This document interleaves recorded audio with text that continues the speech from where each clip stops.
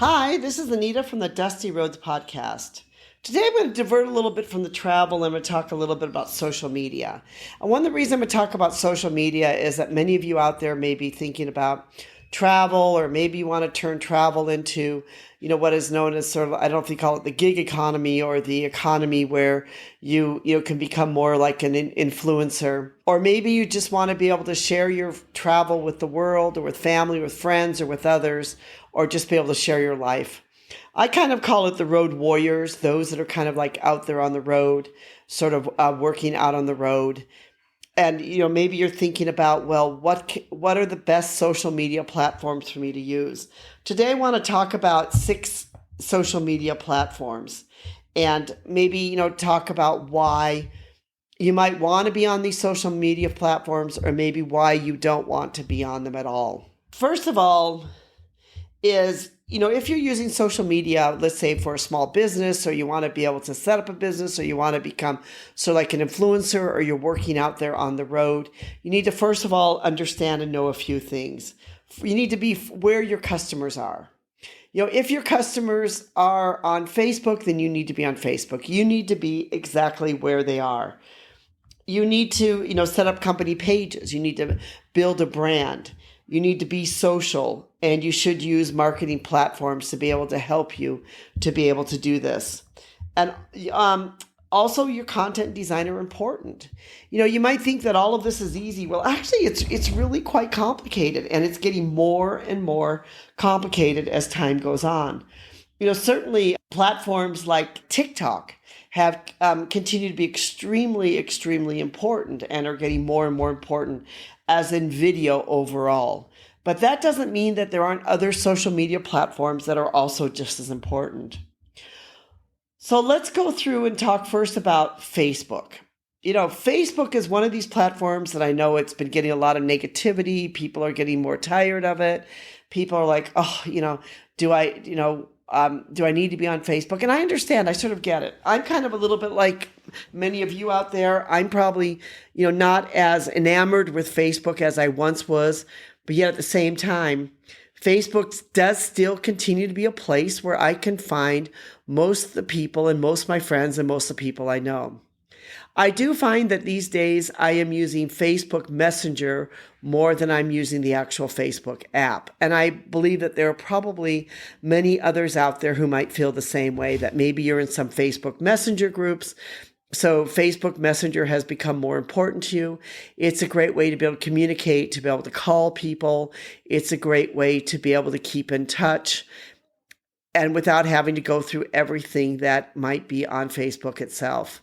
I was quite interested because the other day I was talking to somebody here in Vietnam where I'm at, and they said, well, we don't like Facebook anymore because there's too many ads on there, which is really sort of interesting. And I've been hearing some similar stuff like that even in the Philippines and other Asian countries where Facebook has had huge amounts of growth, that, there could be people are kind of waning with it, getting a little tired of it because of many of the ads which are on there. Twitter, which is now X, is still popular. I have never been a huge Twitter or X user at all, but I know there's many people out there who use it, and it still is a very popular platform. YouTube seems to be one of the great ways that continues to grow. And I think part of that is just because of the sense of video content. Anyone you talk to, anyone you listen to that's in marketing, they all talk about some of the video content, which is actually things like YouTube and TikTok. And of course, TikTok has had huge amounts of growth. I myself am not on TikTok, but yet I know that there are people who spend hours and hours on TikTok looking at lots of different things, people falling down, people, all these other things which might go on into other people's lives, and they love it. They consider it to be a great, entertaining type of platform. The other one is, Instagram. Instagram, if you're doing something that's visual, if you're looking for photos, even for stories, Instagram is a great platform to be able to use. There's some, great things about some live streaming. It can be quite easy to, connect your Instagram account now with your Facebook account, which is really a great way to be able to monetize or use both of those platforms together. Um, I find as far as like getting more followers and things on some of these, it's slowed down quite a bit. Again, I don't know if people are necessarily following as much as they used to be, if they're just going on there and just sort of looking and seeing. But yet they're still viable and they're still very important platforms to be on.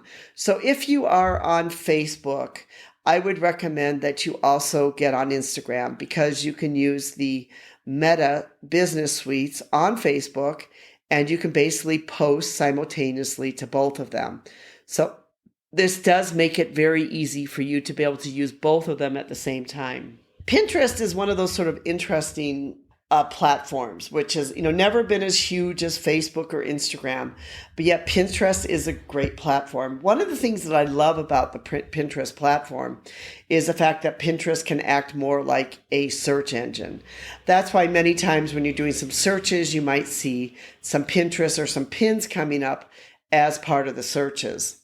Though I have to admit for myself personally, when they come up for me on Google and then I have to try to get into Pinterest to be able to see things, I do find it kind of a little bit messy the way, to go between, both the platforms. I do find that kind of a little bit messy in that. But yet a large percent of the US population is still on Pinterest itself.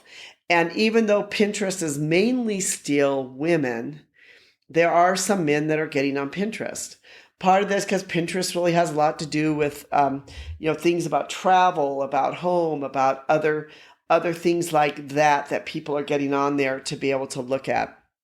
If you're looking to do some things with travel, and this website, A Bus on a Dusty Road, is a lot about, living your life as a global citizen, which also encompasses travel, history, and other things. Pinterest is still a pretty decent place to be able to post some pins and to be able to post some things. One of the great things about all of these that we've talked about now is that they're all free. Like, you don't have to, it's basically your time, it's your effort. It's not that you have to pay money to be able to join them. And that is one of the great things about all of these with social media so far, is that you can basically join them and you don't need to pay money. But you do need to, of course, spend the time and other things. I want to finally talk about LinkedIn. LinkedIn recently has changed some of their algorithms. And one of the reasons why they changed their algorithms is that LinkedIn really is a business-to-business platform.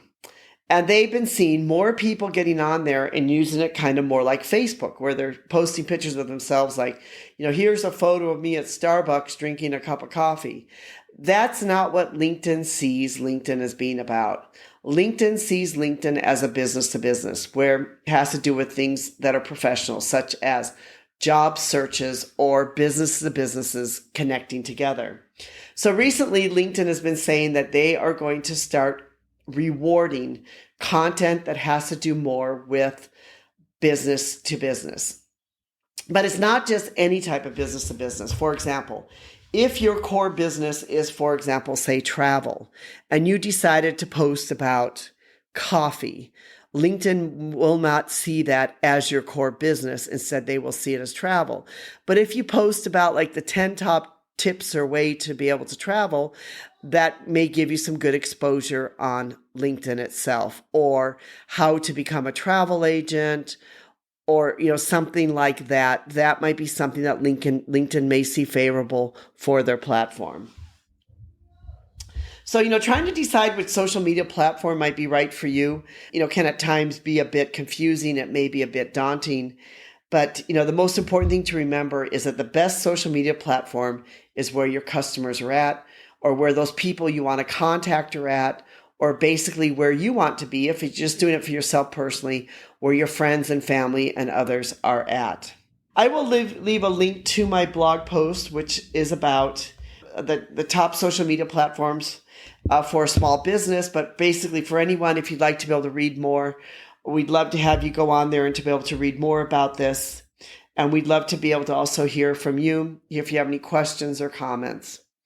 Thank you so much for being part of our community. We appreciate you. We hope that you will continue to strive to live your life as a global citizen. Thank you so much for our technical team who helps try to get this out to the world or to the globe, specifically Rico for help making that happen.